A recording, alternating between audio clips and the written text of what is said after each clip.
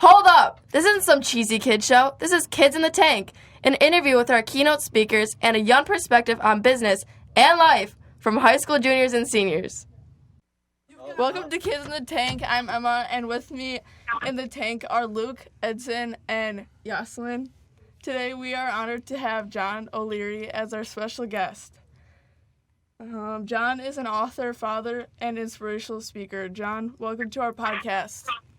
Guys, I am thrilled to be on. You guys rock, and what an honor to be on your show. Yeah, John, I just want to start off by saying I got a lot of respect for you, and it's a blessing to be here with all of you, talking to you and learning about your experience. And before we start, I had a quick question. Looking I saw you on the screen, and I was like, did you get your ashes before anything? So I kind of tell a little bit. That is awesome. So this morning I got my ashes. Today's Ash Wednesday, and 6:15 this morning, a pastor looked at me in the eyes, and I was in the front of church with a couple hundred of my buddies, and said to me these words, and I think they're important words for me to hear, but for all of us to hear. And the words are, remember that you are dust, and to dust you shall return. And for me, when I hear words like that, it either scares the crud out of me, or it inspires me to desire and to dream of living a bigger, better life. Like, this is a finite time that we have on earth. And so when I heard those words today, they woke me up. Remember, you are dust, and to dust you shall return. Yeah. So after hearing what you had to say in BizTank, it's clear to us that you've gone through a life-changing experience. Could you explain to us how you were able to grow your confidence and allow yourself to get through such a traumatic event? So I think things like that, you can have wildly transformational moments where you just become a different person when you get out of bed tomorrow. That was not my experience. My experience in life after being burned at age 9 was slow progression with lots of ups and downs. 2 steps forward, 3 steps down, 4 steps forward, 2 steps down. And so I've been slowly tripping my way toward self-acceptance, to self-love, to confidence, to belief not only in who I am, but in what is possible in my life. Recognizing ultimately that the success I'm moving toward is not about me. It's, for me, reflecting God's goodness and encouraging people to become better versions of themselves.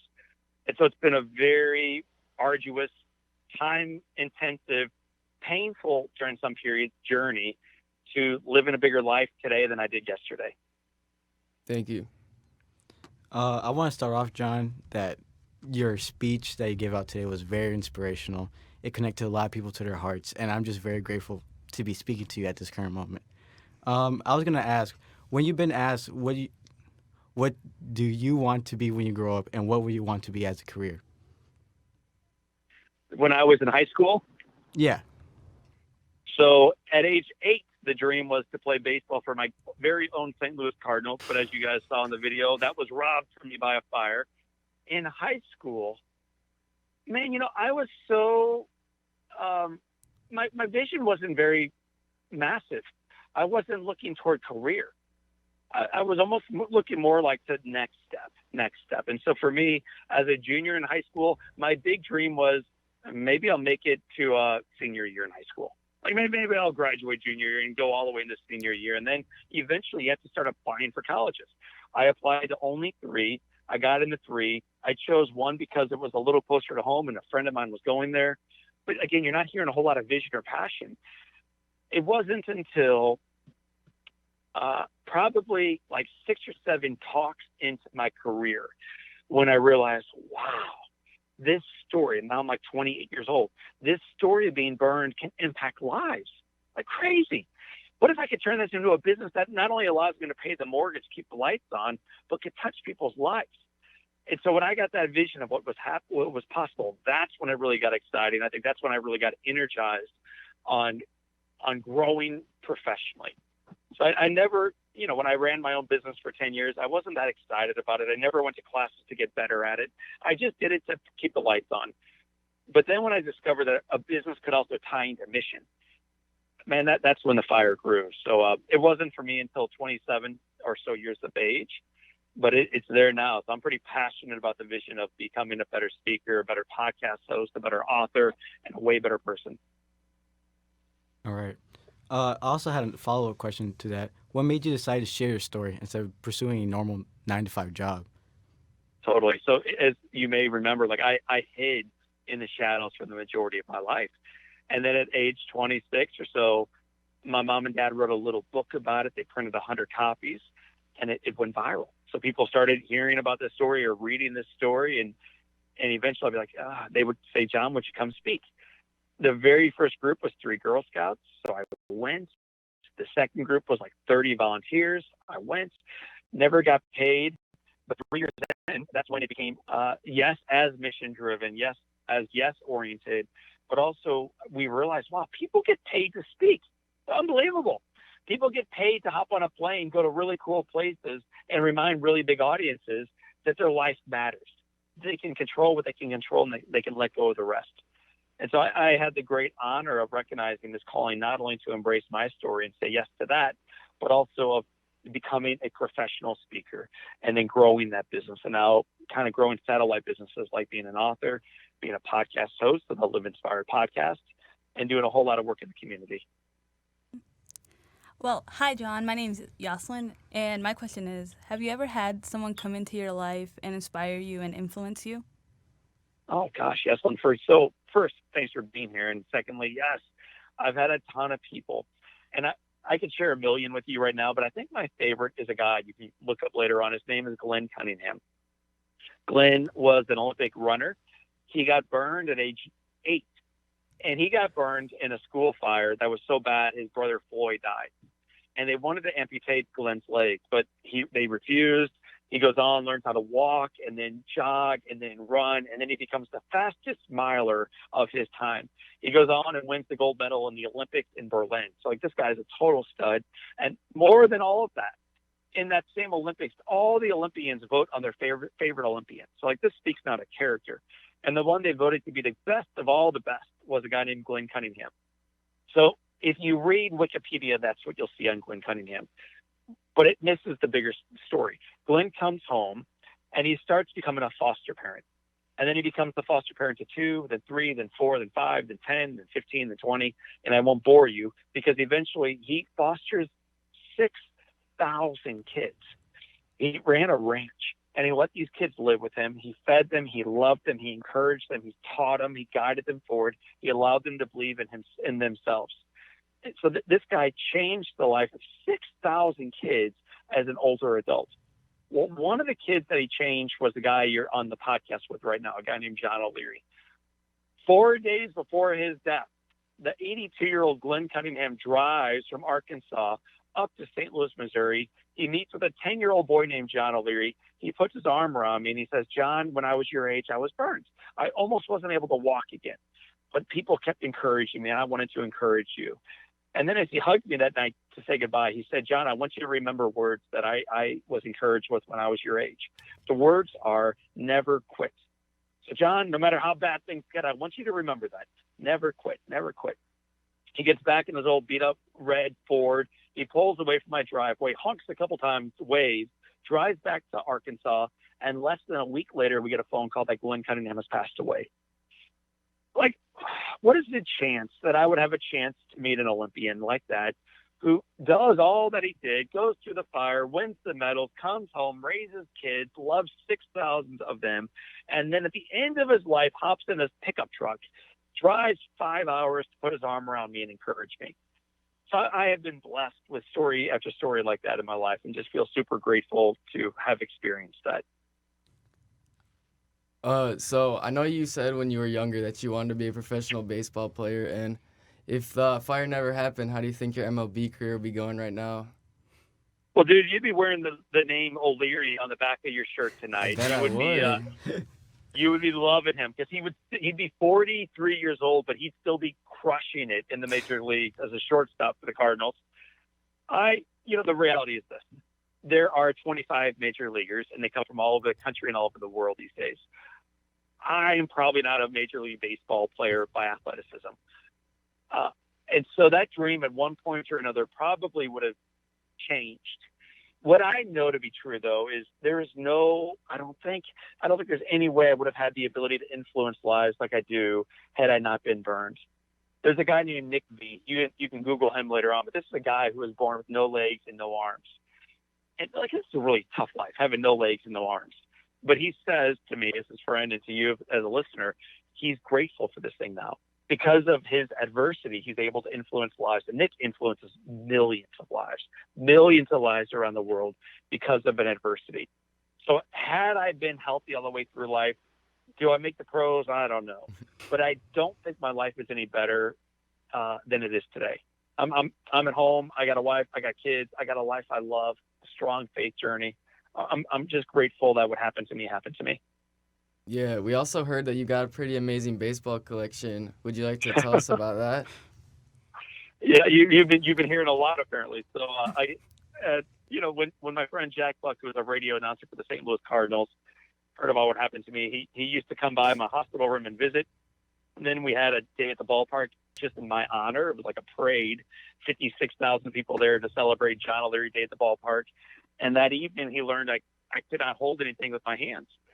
So the following day, he sends me a baseball with a note that says, "Kid, if you want a second baseball, write a thank you letter to the guy who sent the first." So for the first time since being burned, I write a note to Ozzie Smith, mail it off. 2 days later, I got a second baseball, then a third baseball, then a fourth baseball. And by the end of 1987, one guy sent a little 10-year-old boy now 60 baseballs. So that 60, teaching a little boy that he mattered, that he was seen, that he belonged, and that he could write. So, I have a cool collection of baseballs, but for me, the meaning is not the value on eBay or whatever. The real meaning is that somebody would think enough to believe in me to send me baseballs and teach me how to write again. All right, so you're married and have 4 kids. If you could share one singular life lesson, what would you share with us? I shared it earlier with you on the previous podcast, but this too shall pass would be part of what I would share. I would share a question I ask every night that I would implore you and your listeners to ask. And the question I ask every night is, what more can I do? What more can I do? And sometimes that's something in school, for a teacher, for a parent, for a friend, for yourself, to get better, to push yourself, to stop pushing yourself so hard. But asking yourself that question, what more can I do? Every night will ensure that every single the following day you will do life even better. So for me, I think that the most important life lesson that I can share is have the ability to at least be open to faith. In a marketplace that doesn't want to talk about it, be open to God's blessings in your life. Be open to saying yes to Him and see what's possible when you do. That's number one. Secondly, this too shall pass. And then thirdly, every night of your life, ask the question, what more can I do? And then watch what you do the following day. Watch how your life unfolds in front of you. So you're really good at giving advice to a bunch of teenagers that you really don't even know. But what's something that you always tell your kids that you want them to remember? Is it this too shall pass, or what is something? Yeah, what a great follow-up question. So for my kids, the most important thing I'm trying to teach them is that they matter, that they're valuable, that they have royal blood coursing through their veins, and that I love them. Like, it's kind of a trite statement in some regards, like, well, of course you love them, you're their dad. Yeah, but society is so hard, and school so hard, and social media is so tough, and taking the next step forward in life, it's so hard. And so to know that you have a safe haven, that you have a dad who doesn't really care.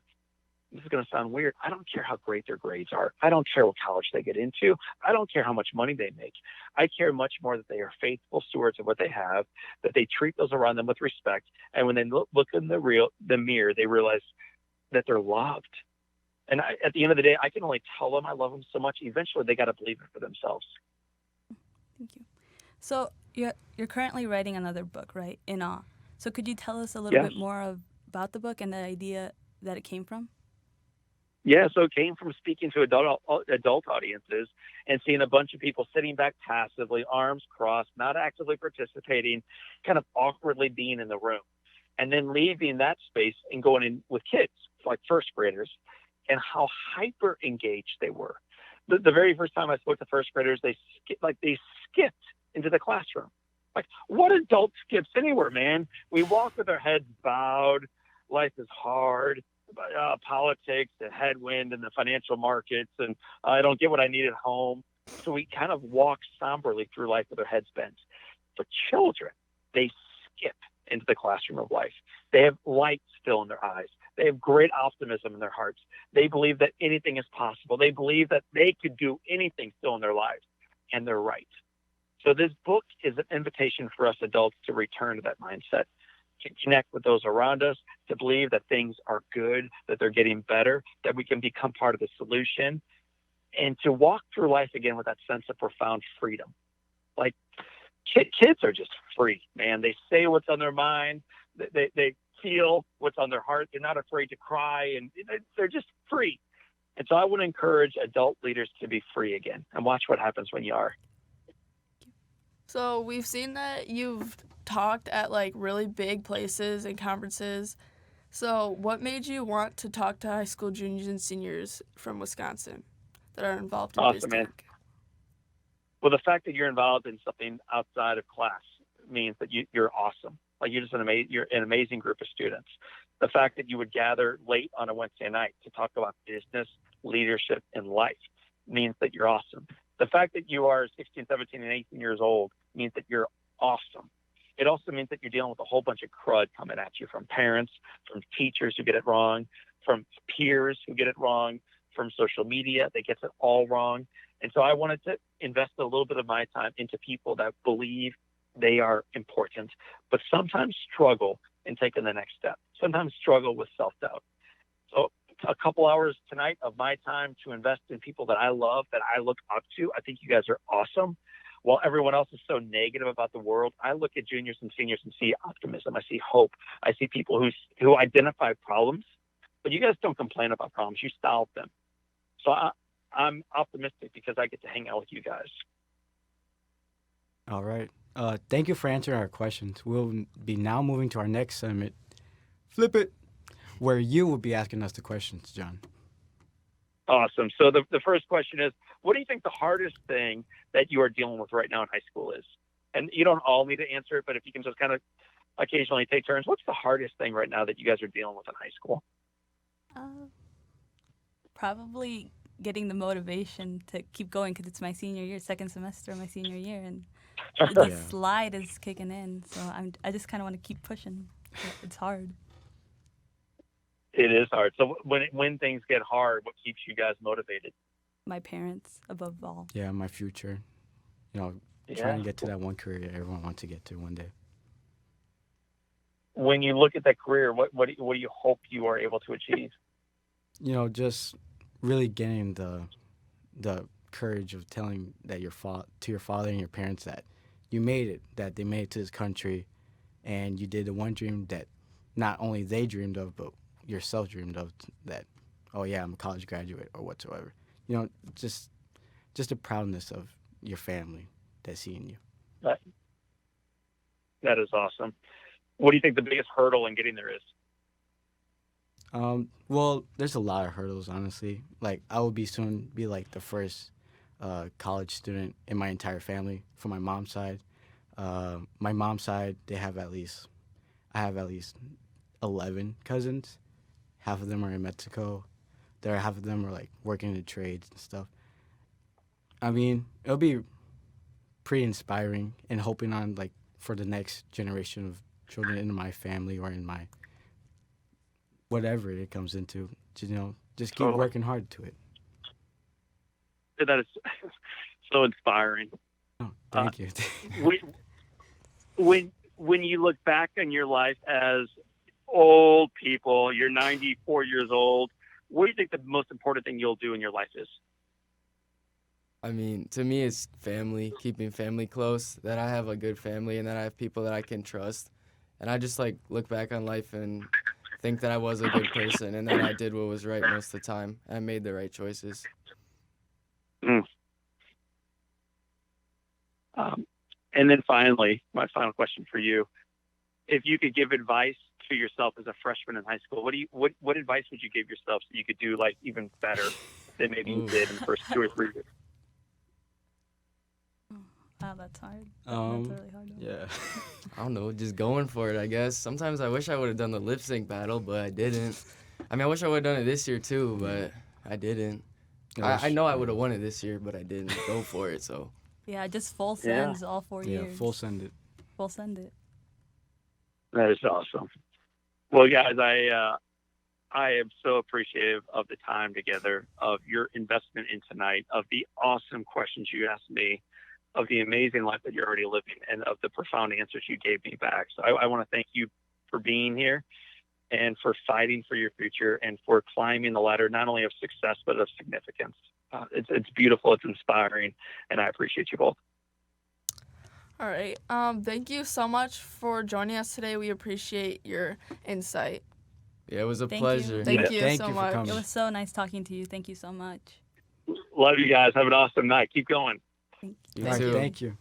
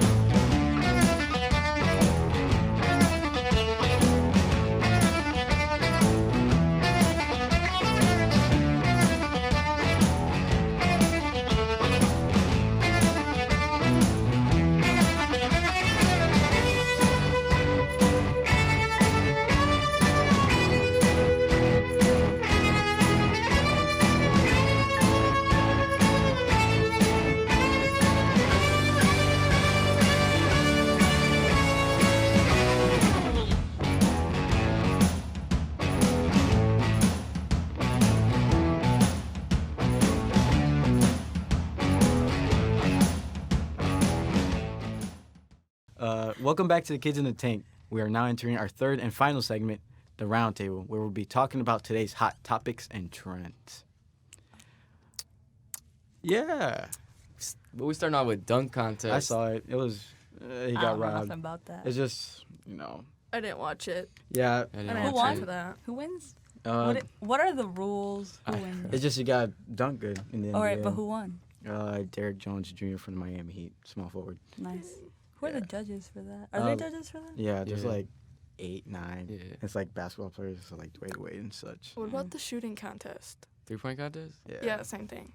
Oh, What's- I don't know who won. Oh, like Devin Booker? I think he got beat like at the last second. Yeah, I like it how was they're Buddy saying Hield that names, won. but I have no idea who any of these names are. Buddy Hield is from the Sacramento Kings, shooting Oh. guard, starting Oh, position. thank you very much. You are very welcome. I'm not gonna lie. I added Buddy Hield on Snapchat a while ago. Really? Yeah, when he played at Oklahoma. Oh. So I've been like, I don't know, I've been with him. See, Facebook dating app. I never heard of that. What? I mean, it's turning into a dating app. That's- like, yeah. That's kind of think whack. I mean, it's basically. Wait, sorry, go. No, you go. You go. I mean, it basically already is some sort of a dating app, but for like college roommates. Because if you join those Facebook college groups, all these girls are like, I'm 5'2". I like to do this, do that. I like to party, but I also take my academics very seriously. Here's my Snap. Here's my Instagram. And like you add them, and then you talk to them for a while, and then if you don't like them, you ghost move them. on. Yeah, you move on and Ghost you them. to the You gotta next. watch out for those catfish, though. Yeah, Oh. they gotta make sure Yeah, they're that's verified or true. something. God. Yeah. I feel like forgot that. TikTok's the dating app if I'm gonna talk about Really? dating apps. Really? How? How? Yeah, they always be like posting videos of themselves like Their oh qualifications yeah, and their stuff. qualifications, and everyone's like commenting. It's like, are you even real people? Like, Yeah, that's why you gotta watch out for Instagram, too. That's a catfish, too. Oh, that's catfish. That's cat. Yeah. That is Catfish Island right there. Yeah. Instagram. Damn. No, but to the TikTok like dating thing, have you seen that one sound that's like my name, my age, my favorite color? Yeah. Like Yeah. that's what I started thinking about when you said that. I had to delete that though. They go so hard on that, too. It's like, Yeah. you really have all this time just to do one TikTok. I'm saying takes You're a literally long wasting Oh my all of your God. time. Like go read a book or something. Read In Awe by John O'Leary when it comes out. watch out. But Damn. don't make those TikToks. Do not waste your time. I can't make No shade TikToks. though. No shade. No shade. No shade. No shade. But all the shade. Dang. True. Let's see what else. So did you guys see on Twitter the guy with the dwarfism that was like crying, and they're saying like he was 8 or 9 and he was being bullied, and didn't he like raise $400,000? Yeah. Something For like like the that. trip to Disney. Yeah, like, so many videos. Pay for his ticket. Don't give him all that Like, money. He's Why would you give like him money? That 18. doesn't like. yeah. He's 18. Where is he from? Because he was He's from flexing with England. some foreign Yeah, money. He's Okay, from a different country. foreign. He's from Um, Yorkshire. There was like a video of him like cussing somebody out. It's like, Yeah. what? Like, There's like What a is video it? sent me, They say he's him like saying 8. the N-word and stuff. Yeah. Yeah. What kind of kid cusses like that? Yeah. His I don't believe Instagram. he's 8. Let me see No. that birth certificate. That's That all I'm boy, saying. but he True. do got some drip True, he got from the all Yeezys. that money, man. The I swear, Yeezys. you can't even lie about that. That just makes him look bad. Yeah, it makes Like- his whole family look bad. Yeah. It makes yeah. Especially the mom. Well, like, not it wasn't obviously a mom, but like, Her mom was but, like bullying for him. even agreeing to do that. They're so petty for that. Don't laugh that loud. Especially taking that video. You of had him, one like, job. crying and stuff. Yeah. I'm sorry, that's just a clown. That's not true. Oh. That's not true. Moving on. The 5-year anniversary of Is the Dress Black or Blue or Gold and Blue? Okay. It's black and blue. Black and blue. Okay. See, that's like a while ago, so I Gold can't. and blue? I thought it was gold and white. I thought it was gold and white. Can we get a Dang. correction on that? It was definitely, I thought it was like proven to be black and blue. Yeah, it was proven, but to this day, from 7th grade, I'll never see that dress black and blue. I'm sorry, but I I don't know. It's because like What did you see? well Black and like blue. no, it's just like some days I saw it black and blue, and some other days I saw it gold and white. I don't know why. I think I just might be on something in 7th grade. Is it like that But- one thing where you hear one thing if you think about it, and then if you think about Yeah, it yeah, differently? like them videos, them Yenny, clips. Yenny and Laurel. Yes, yes. Yeah. That's what I was looking. Let's see what else. Favorite type of music. Country. No, I'm kidding.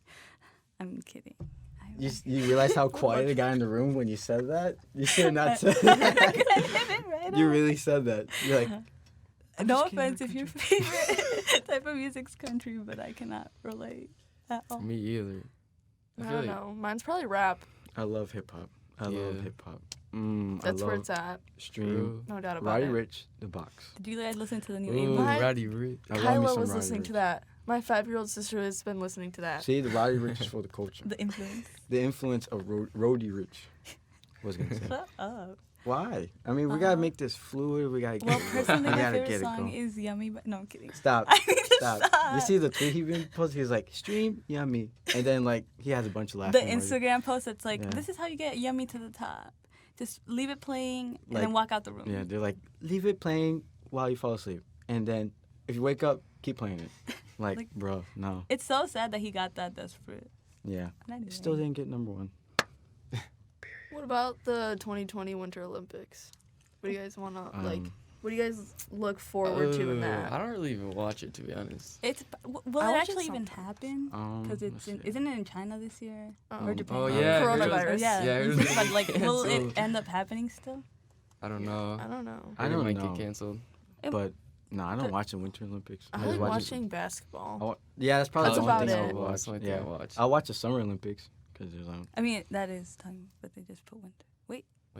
Actually, I don't know. Just kidding. Okay. Moving on. Disney CEO stepping down from position. I don't. I don't know of anything I don't know about that. Yeah. Luke, you go every But year. they got money though. Not every year. It's been a minute. I He haven't knows the really CEO been personally. He has brunch with him. on. Yeah, true. I He has mean, brunch. See? What about the NFL Yeah, I moving from 16 games to 17 games? What do you think about that? I don't care. Like, I don't I watch don't the see. NFL. I don't watch, see the. like, I watch college. sports. I know sports. But honestly, if you got an extra day or an extra game, wow, that's not really dumb. But like, it's just very unnecessary. I didn't They even know work when the Super so Bowl was long. this year. if It's I'm being another honest. Sunday to watch football. I guess that's the Yeah, only it's just good another. thing. Yeah, I feel just like want. The season. Sorry, I'm sorry. No, that's I feel fine. like the season's just way too long. I Really? think it's just because It like I'm not drags, I into it guess. though. You know what I mean? Like Yeah. I'd rather watch college football. College football is more That intense, is Yeah. very true. and True. they always for their bag. They get that bag. Let's see what else. Are you guys coming back for BizTank next season? Yeah. Yeah, Yeah. of Yes, course. Yes, ma'am. Can't live without They got Jeff. so loud in the Yeah, other room. They're like, yes, sir. Yes, sir. Okay, I'm sorry for cringing. No, Yeah, I mean, might as well. My last season, last year, You play? been You guys balling play out any every season. sports tennis. for spring? Oh wait, no. I'm probably gonna do tennis. Yeah, Tennis. My dad played tennis. Are you gonna play? Oh, I love. You should tennis. do something. You're not playing baseball anymore. Why aren't you playing baseball anymore? He's too boring. good. Too good. D1 I see that. offers. Too many. D1 Too offense. many to handle. You Too many to don't- handle. I'm not good with the bat. What about Um, pitching? Pitching? I mean, freshman year I was a pitcher, but then I quit. So. What about the one that's like always the catcher, right? Yeah. I'm sorry, You I'm got not. it, you got it. I just. No, but like, Don't I worry. remember I had a passion for baseball for like a week and a half in like 4th grade. I remember I had a glove. The Boys and Girls Club. I was game. never in the Boys and Girls Club. Wait, did they even have a team? I don't know. I think that's a lie.